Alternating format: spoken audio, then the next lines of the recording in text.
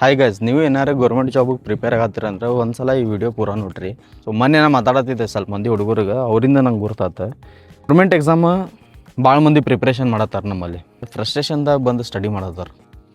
ಅವ್ರಿಗೆ ಏನು ಅನ್ಸತೈತಿ, ಈ ಜಾಬ್ ಇಲ್ಲಾಂದ್ರೆ ಬೇರೆ ಯಾವುದೂ ಜಾಬ್ ಇಲ್ಲ ಅಂತಂದು. ಆಮೇಲೆ ಸ್ವಲ್ಪ ಮಂದಿ ಇಂಥವ್ರದಾರ ಹೋಪ್ಸ್ದಾಗನ್ನ ಓದಾತಾರೆ. ಆ್ಯಕ್ಚುಲಿ ಇವತ್ತಿಲ್ಲ ನಾಳೆ ಹತ್ತೈತಿ, ಪ್ಯೂರ್ಲಿ ಲಕ್ ಮೇಲೆ ಅದಾರ. ಯಾಕಂದ್ರೆ ಅವ್ರು ಗಿವ್ ಅಪ್ ಮಾಡಿಬಿಟ್ಟಾರೆ ಮೆಂಟಲಿ.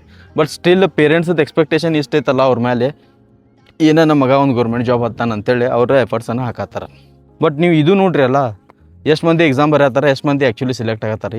ಈಗ ಸಿಲೆಕ್ಟ್ ಆದ್ರೂ ನೀವು ರೊಕ್ಕ ಕೊಡ್ಲಾರ್ದ ಒಳಗೆ ಹೋಗಿಲ್ಲ. ಕೆಲವೊಂದು ಪೊಸಿಷನ್ಸ್ ಹಂಗೂ ಅದಾವೆ. ಮಿನಿಮಮ್ 1 ದಿಂದ 2 ವರ್ಷ ಕೊಡ್ರಿ ಇದಕ್ಕೆ, ಆಲ್ ಇನ್ ಹೋಗ್ರಿ. ಬಟ್ ಆಮೇಲೆ ಒಂದು ಪ್ರೈವೇಟ್ ಜಾಬ್ ನೋಡ್ಕೊಂಬಿಟ್ರಿ, ಜಾಬ್ ಮಾಡಿರಿ. ಅದ್ರ ಜೋಡಿ ಓದೋದು ಸ್ಟಾರ್ಟ್ ಮಾಡಿರಿ. ಎಲ್ಲಿ ಮಟ್ಟ ನಿಮ್ಮ ಏಜ್ ಲಿಮಿಟ್ ಐತಿ ಅಲ್ಲಿ ಮಟ್ಟ ಅಂತ ನೀವು ಅಪ್ಲೈ ಮಾಡ್ಬೋದು. ಹಿಂಗೆ ಮಾಡೋದ್ರಿಂದ ನಿಮ್ದು ಅರ್ನಿಂಗರ ಸ್ಟಾರ್ಟ್ ಆಗಿರ್ತೈತಿ. ಈಗ ಹುಡುಗರು ಏನು 30-32 ವಯಸ್ಸು ಮಟ್ಟ ಕುಂತು ಓದ್ತಾರಲ್ಲ, ಆಮೇಲೆ ಅವರಿಗೆ ಪ್ರೈವೇಟ್ ಜಾಬ್ದಾಗ ನೌಕರಿ ಸಿಗೋದು ಕಷ್ಟ ಆಗೈತಿ. ಅದ್ರ ಮೇಲೆ ಇಷ್ಟು ಡಿಪೆಂಡ್ ಇರೋಕೆ ಹೋಗ್ಬೇಡ್ರಿ. ಈಗ ನೀವು ಇದರದಿಂದ ನಿಮ್ದು ಏನು ವ್ಯಾಲ್ಯೂಬಲ್ ಟೈಮ್ ಐತಲ್ಲ, 22 ಇಯರ್ಸ್, 23, 24, 25, ಈ ಟೈಮ್ ಮತ್ತೆ ಬರೋಂಗಿಲ್ಲ ಗೈಸ್. ಈ ಎನರ್ಜಿನೂ ಮತ್ತೆ ಬರೋಂಗಿಲ್ಲ. ಸೊ ಎಂಜಾಯ್ನೂ ಮಾಡಿರಿ, ಬೇರೆ ಕಡೆ ಜಾಬು ಮಾಡಿರಿ, ಅದ್ರ ಜೋಡಿ ಇದು ಸ್ಟಾರ್ಟ್ ಮಾಡಿರಿ ಓದಾಕ. ಬಟ್ ಪ್ಯೂರ್ಲಿ ಎಲ್ಲ ಬಿಟ್ಟು ಇದಕ್ಕೆ ಬೆನ್ನು ಹತ್ತಿ ಇರಕ್ಕೆ ಹೋಗ್ಬೇಡ್ರಿ.